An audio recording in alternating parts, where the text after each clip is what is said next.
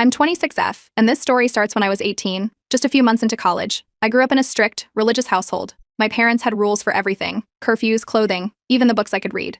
They said it was for my own good, to keep me on the right path. Back then, I thought it was normal. I thought they cared. But looking back, their version of love was more about control than care. So when I found out I was pregnant during my freshman year, I panicked. My boyfriend and I were only a few months into our relationship, and the last thing I expected was to get pregnant. I couldn't even think about how to tell him at first because the bigger problem was my parents. Telling them felt like walking into a storm without an umbrella. When I finally did, their reaction wasn't anger, at least not outwardly. It was worse: disappointment, laced with that suffocating sense of guilt they always used to keep me in line. They told me no one else could know, not even my friends. According to them, the family's reputation would be ruined if word got out.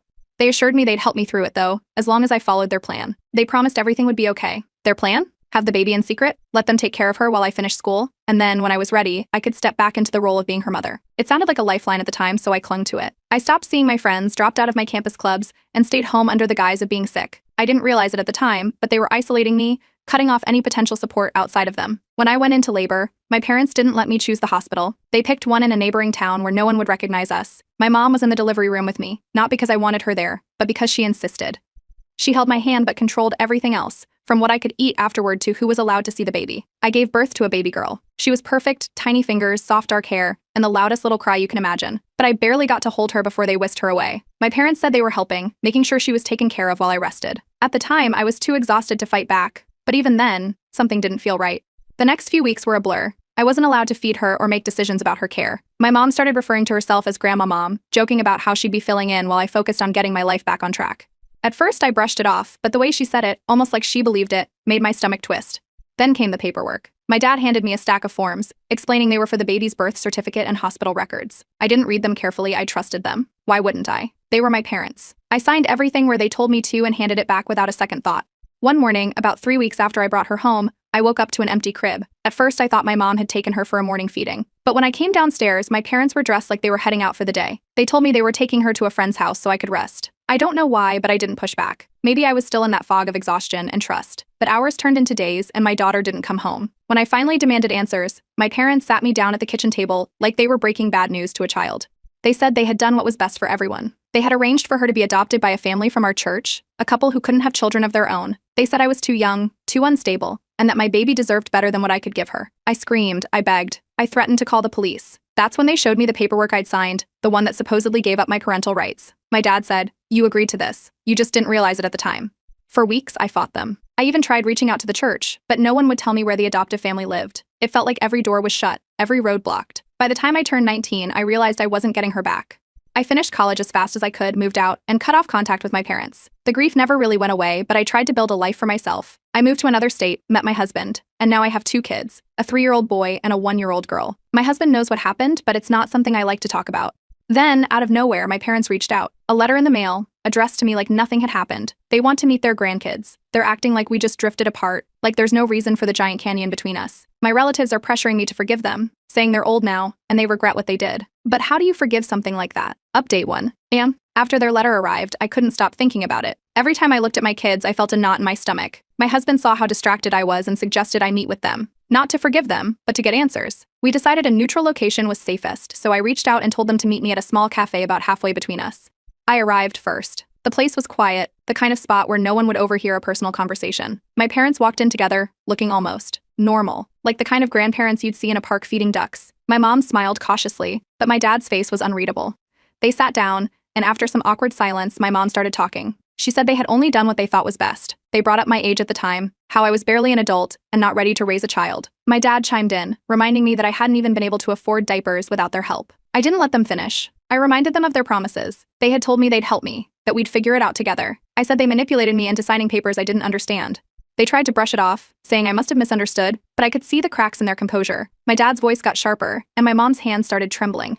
Then the gaslighting began. They said I'd agreed to the adoption, that I'd been unstable and overwhelmed. My dad leaned forward, insisting that I'd even thanked them at the time for taking charge. That was the moment I lost it. I told them they had stolen my baby, lied to me, and destroyed any chance I had to be her mother. My mom broke down first, tears streaming down her face as she kept repeating that they were only trying to protect me. My dad stayed cold, defending their actions as though they were beyond reproach. But then my mom slipped. She mentioned the adoptive family, how they had stayed in contact all these years, sending updates and photos. Hearing that was like being punched in the gut. All this time, they knew where my daughter was. They had pictures of her, milestones I never got to witness, and they never told me. I demanded to see the photos.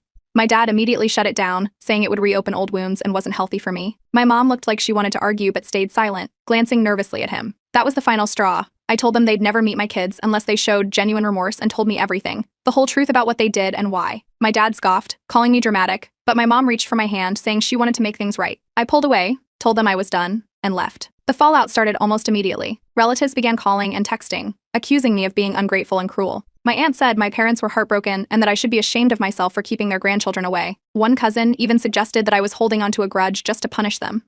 My husband was furious when he heard about the backlash. He told me we didn't owe my parents anything, and that he was ready to block them completely. I was tempted, but part of me couldn't shake the feeling that there was more to uncover. That night, I started looking into legal options, wondering if there was any way to reopen the adoption, or at least find out more about my daughter. While researching, I stumbled onto an online support group for women who had gone through similar betrayals. Their stories were hauntingly familiar, parents who had pressured them into giving up their babies, only to regret it years later. Some had found ways to reconnect with their children, and their advice gave me a glimmer of hope. The next few weeks were a roller coaster. My parents doubled down, sending letters and gifts for my kids, trying to bypass my boundaries. My son's daycare even called one day, saying a package had arrived for him from Grandma and Grandpa. I told them to return it, but the incident rattled me. In the middle of all this, my mom called. Her voice was shaky, and she was crying before she even finished saying hello. She said she wanted to fix things and that she was willing to meet again, just the two of us. She sounded different this time, less defensive, more desperate. I hesitated but eventually agreed, setting up another meeting at the same cafe. My husband wasn't thrilled, but he understood why I felt like I needed to go. He reminded me to stay cautious, not to let her guilt trip me. As much as I wanted to believe my mom's tears were genuine, I couldn't forget the years of lies and manipulation. I don't know what she'll say this time, but I'm going in prepared. If there's even a chance she's willing to tell the truth, I need to hear it. For my daughter, for my family, and for myself. Update 2. I showed up at the cafe for the second meeting with my mom, bracing myself for whatever she had to say. To my surprise, my dad came along too, carrying a worn leather folder. My mom looked more nervous than the last time, while my dad seemed colder, like he was preparing for a business negotiation. They sat down across from me, and my dad opened the folder, spreading out several documents and a few photos on the table. He said they wanted to clear the air and show me the whole picture. My mom stayed quiet, her hands fidgeting in her lap. The documents were a mix of legal forms and letters. One stood out immediately, a financial record showing a donation made to my parents' church from the adoptive family. The amount wasn't small. My dad tried to brush it off, saying it was just a gift to the church and not directly related to the adoption. But as I kept looking through the papers, it became clear the money had been part of the arrangement. Then came the photos. They weren't of my daughter, but of the adoptive family, a smiling couple standing in front of a large house, holding hands. My mom pointed at them and said they were good people, well off, and able to give my daughter the life I never could. That's when it hit me. This wasn't just about their belief that I was too young or unfit. They had orchestrated the adoption, knowing the financial gain it would bring to their church. I looked at my dad and asked if he'd sold my baby. He stiffened, saying I was twisting the truth. My mom's face crumpled, and she started crying, saying she had regrets but was too scared to stop what was happening at the time. I couldn't hold back anymore. I told them what they did wasn't just manipulation, it was exploitation. My dad didn't flinch. He said they did what was necessary to protect me and the baby. He claimed the donation was unrelated, but the timing and the way it was documented told a different story. My mom's sobs grew louder, and she admitted she had wanted to tell me everything years ago, but was afraid my dad would cut her off too. I didn't stay long after that. I told them I didn't want to hear from them again unless they were willing to fully admit what they did and show real remorse. My dad didn't respond, and my mom just nodded through her tears. I grabbed my bag and left. That night I couldn't sleep. My husband sat with me as I went through the documents again, trying to piece together anything that could lead me to my daughter. One letter mentioned the name of the adoption agency, and with a bit of digging online, I found a list of families they'd worked with in the past. It wasn't much, but it was a start. I decided to send an email to the adoptive family. It took hours to write, carefully choosing each word so I didn't come across as threatening or invasive. I explained my side of the story, how I was coerced and lied to, and how I only wanted to know if my daughter was happy and safe. I hit send and immediately felt a wave of anxiety. The waiting began. Days passed without a response. I checked my inbox constantly, refreshing it every few minutes. My husband reminded me to stay patient, but it was hard to focus on anything else. Then, one evening, an email finally came through.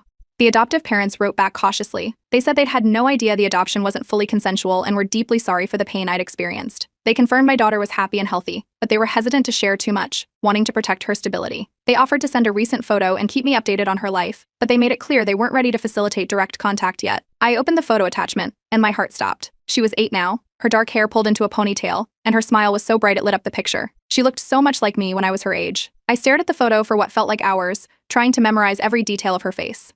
In their email, the adoptive parents explained their perspective. They believed the adoption was fully agreed upon at the time and had no idea about the manipulation behind it. They said they wanted to ensure my daughter's life remained stable and would consider introducing us when she was older, if she expressed interest. I wrote back, thanking them for the photo and their willingness to share updates. I reassured them I had no intention of disrupting my daughter's life and only wanted the chance to know her someday. Their response felt genuine, and while it wasn't everything I wanted, it was a step forward.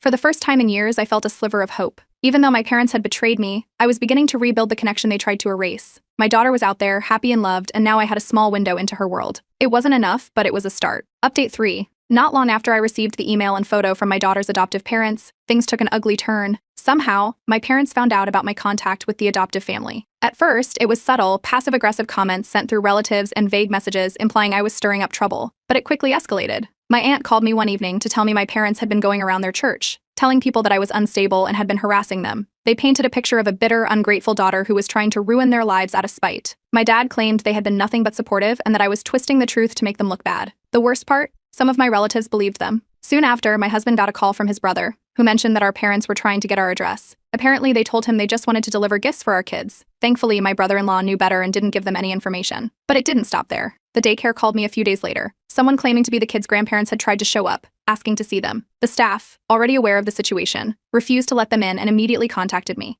Hearing this made my blood run cold. I realized they were no longer just trying to manipulate me, they were actively targeting my kids. That night, I told my husband we needed to take legal action. We contacted a lawyer to discuss filing a restraining order. As we gathered the evidence, emails, voicemails, and statements from family members, I also started reaching out to relatives to confront them. The ones who had taken my parents' side were defensive, accusing me of overreacting. They claimed my parents were just trying to make amends and that I was being too harsh.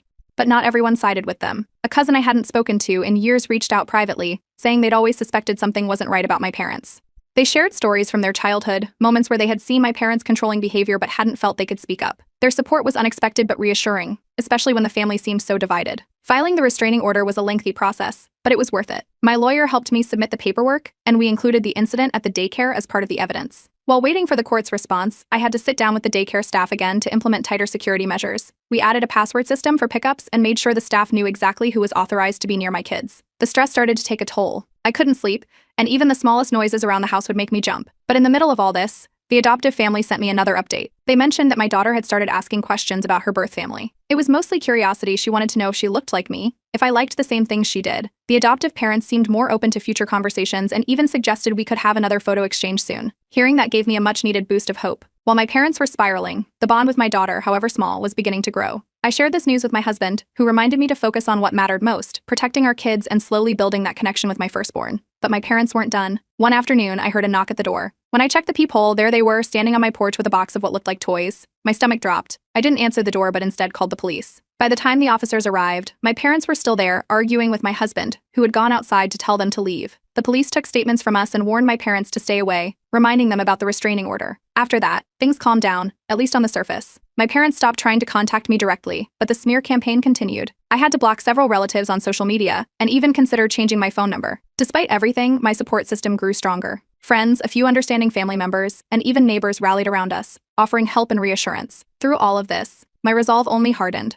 I wasn't going to let my parents intimidate me or manipulate their way back into my life. They had already taken so much from me, but I wasn't going to let them take my peace or my children's safety. The adoptive parents' updates became a lifeline. Knowing that my daughter was curious about me and that they were open to keeping the connection alive gave me a sense of purpose. It reminded me that there was something worth fighting for. No matter how hard things got, I was determined to move forward, one step at a time. Update 4. A few weeks after my last exchange with the adoptive parents, I received an email from them. They had taken time to think things through and wanted to arrange a video call between me and my daughter.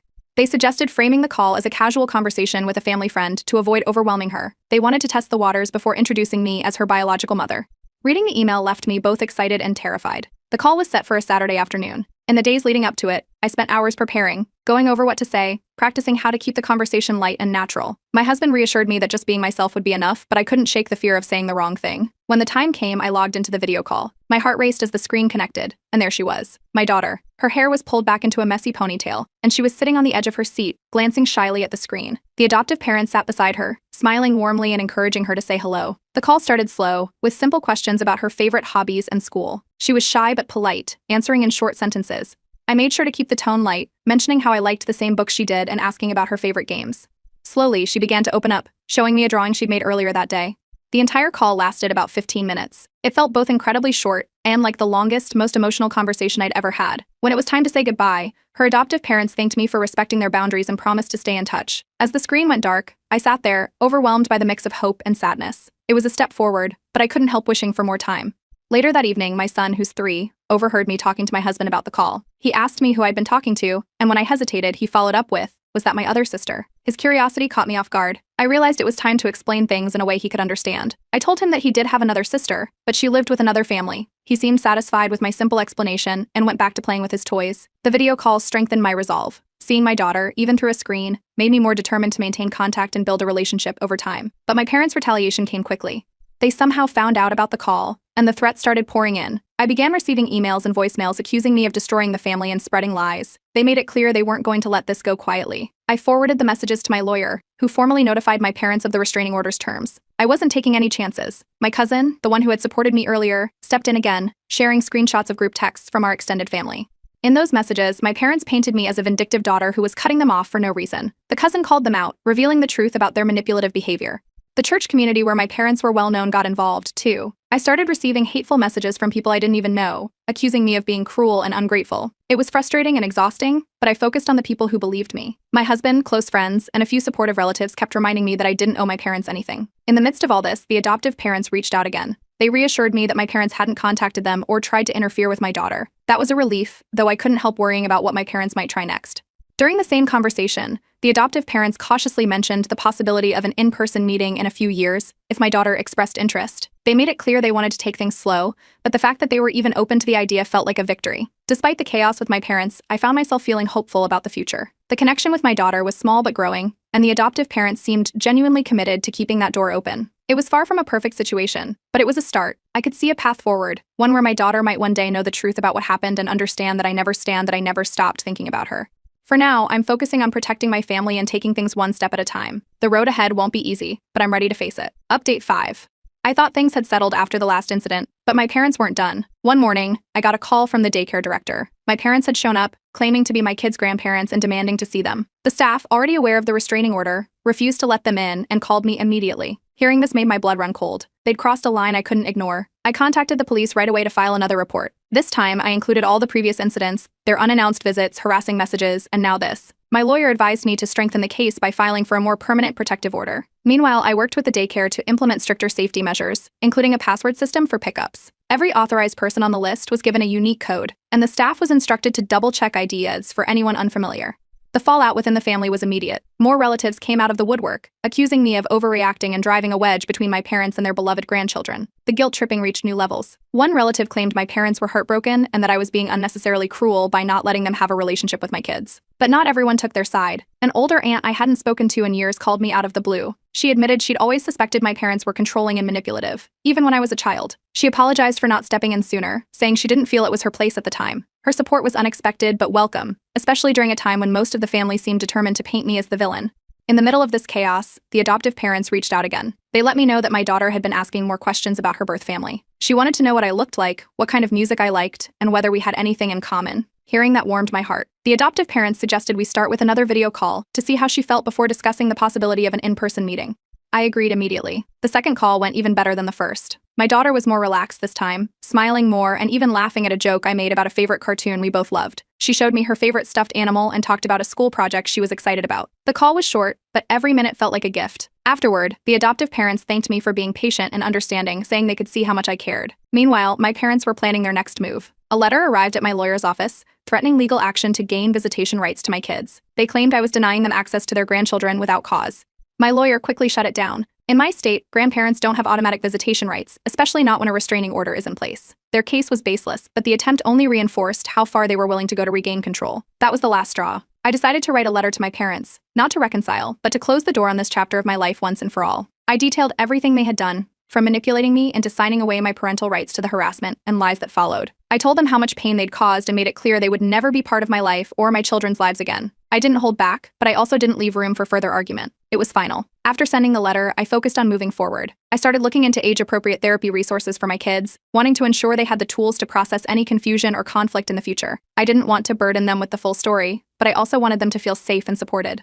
The adoptive parents kept their promise to stay in touch. They shared another photo of my daughter, this time from a recent family outing. She looked so happy and carefree. They also mentioned that she'd been talking more about the idea of meeting me in person someday. It wasn't a guarantee, but the possibility filled me with hope. Blocking my parents entirely was the hardest yet most necessary step. I changed my phone number, locked down my social media, and instructed the daycare to treat any contact from them as a direct violation of the restraining order. The peace that followed was bittersweet. There was heartbreak in realizing the people who were supposed to protect me had caused so much harm, but there was also relief in finally cutting ties. Now my focus is on my family, the one I've built with my husband and the growing bond with my firstborn. While the journey has been painful, it's also been a reminder of how strong I've become. I may not have been able to protect my daughter back then, but I'm doing everything I can to make up for it now, and for the first time in a long time, I feel like the future is something to look forward to.